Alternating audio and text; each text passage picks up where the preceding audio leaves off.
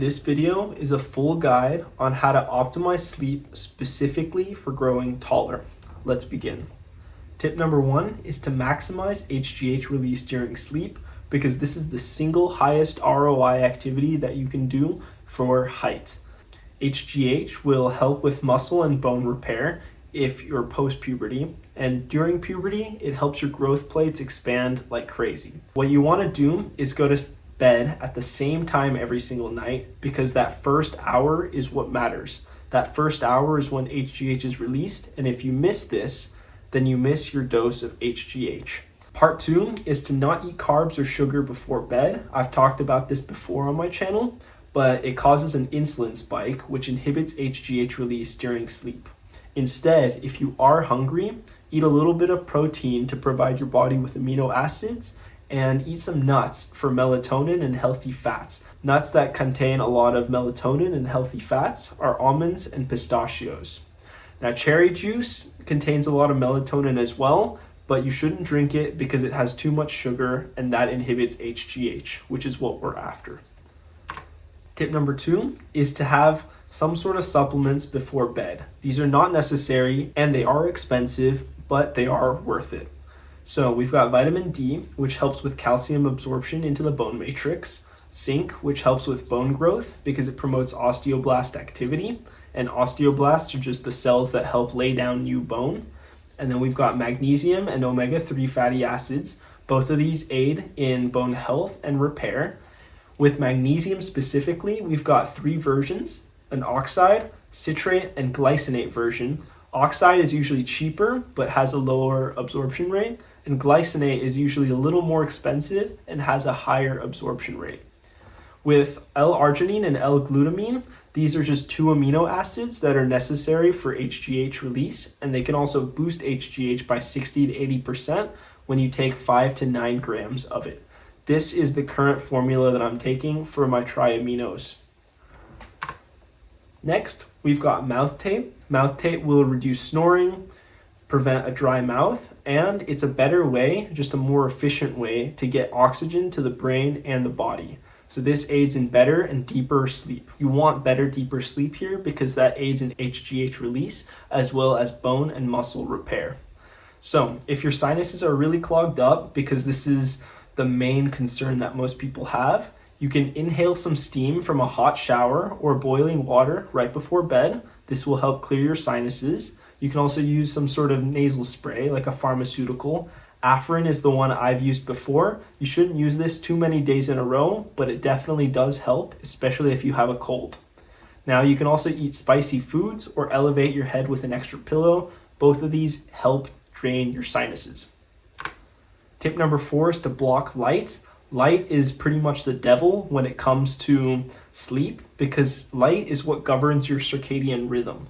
Any bright lights before bed, especially blue lights, will lessen your melatonin production, so your pineal gland will produce less melatonin, and this will throw your sleep quality off a cliff.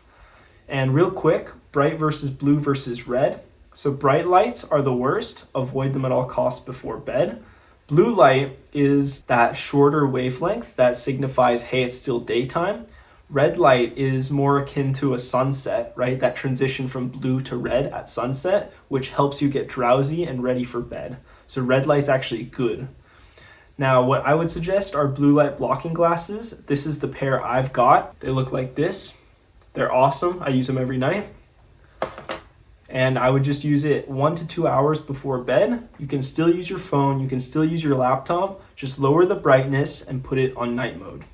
Tip number 2 here is to invest in a sleep mask. You want a complete blackout. Most people don't realize just how much light gets in their room from like the moonlight, from street lights, from that crack underneath the door. So you want to invest in some sort of sleep mask, and you want a complete blackout, which means if your eyes are open or closed, you can't tell. It's still the same darkness. So if you're uncomfortable with something like this, just lay it over your eyes. You don't have to tighten it around your head or anything. The one I recommend is Manta sleep masks. They're expensive, but they're well worth the price, and they're the ones that I use. So I actually got a discount link from them. If you want to check them out, I've put a link down in the description for them. Code SIZ for 10% off. Tip number 5 is banded sleeping. This is what Russian high jumper Rustam Akhmetov used to grow 23 centimeters after the age of 20. Pretty incredible stuff. And why does this work? Because force always wins over bone. Muscle always wins over bone, over the course of years, of course. Just think about braces and poor posture and how they affect the skeleton as well as the skull. Now, the pros of banded sleeping, which looks like this, I'll get to it in just a moment, is that you're sleeping for 8+ hours in an elongated position, that full body stretch. And so your microfractures from running, jumping, lifting weights can heal in that lengthened position. And over the course of years, you will have longer bones. Now, the cons of this is that it's very dangerous. Only try this at your own risk.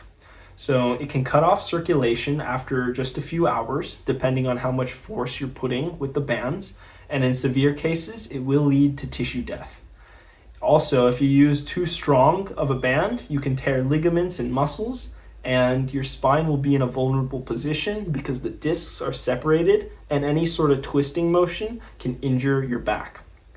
So, try at your own risk again, but this is what it looks like, right? This is what Rustam used. He had ankle braces right around his ankles, tied to bands, and then he also had them right underneath his arms. He laid flat without a pillow. Now, these are alternatives because banded sleeping is dangerous and it's not advisable, but some people are gonna still try it.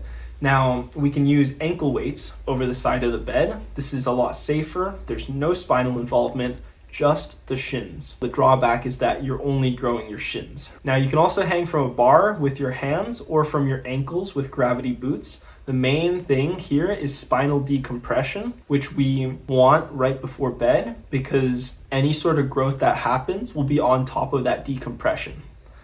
So with hands, it will be engaging our grip, upper back, and core. So these are the muscles that are tense, so we can't loosen them very much.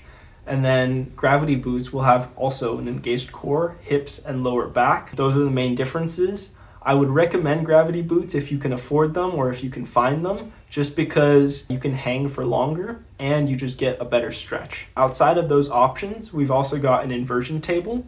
I would recommend doing this 10 to 15 minutes right before bed. And it looks like this. You basically hang from your ankles, just like with gravity boots, but you can put it on an incline, so you can actually work up to going fully upside down. Tip number 6 is to stretch before bed. This is a little bit different from spinal decompression because there are 3 things that happen here. 1, we fix our posture over time, which can help us gain just 2 to 3 inches naturally. And when we sleep, we're gonna cement these changes. So we're gonna have better posture simply because we stretched right before bed. Then stretching also loosens your muscles. So this allows for easier bone growth because there's no tension. There are no tight muscles holding you back. We've also got better circulation once we stretch, and this will help transport the nutrients and amino acids that we need to our growth plates as well as our damaged bone matrix. Now, the best stretch that I would advise you to do is this seated spinal twist. It's where you're sitting down and you use your elbow against your knee and really get that spine twisting, and this will crack your entire back. It's crazy. Just do it on both sides for like a minute and you'll be good. If you want to go the extra mile, you can do the cobra stretch right here and a few toe touches to loosen up your leg muscles. Tip number 7, these are honorable mentions. You can work out before bed. So what I do is I actually work out in the morning and then I go for a run right before bed, and this will help me get tired and drowsy, so I fall asleep faster and I get deeper sleep. Part 2 is to reduce fluid and salt intake right before bed. This will help you retain water during the night, and then later you'll have to get up and pee, which will disrupt your sleep. And this also happens if you're at a high body fat percentage, so try to cut down. Part 3 is to sleep in a cold room or sleep with less clothes on if you can't control the temperature of your room, because then your hands and feet can help come out of the blanket and self-regulate that temperature. And the reason why a cold room is good is because it helps with sleep quality. Part 4 is creatine. This draws water into your muscles, making them more pliable, making them more workable, and that allows for better bone growth. And that's it. Like and sub to see more. Peace.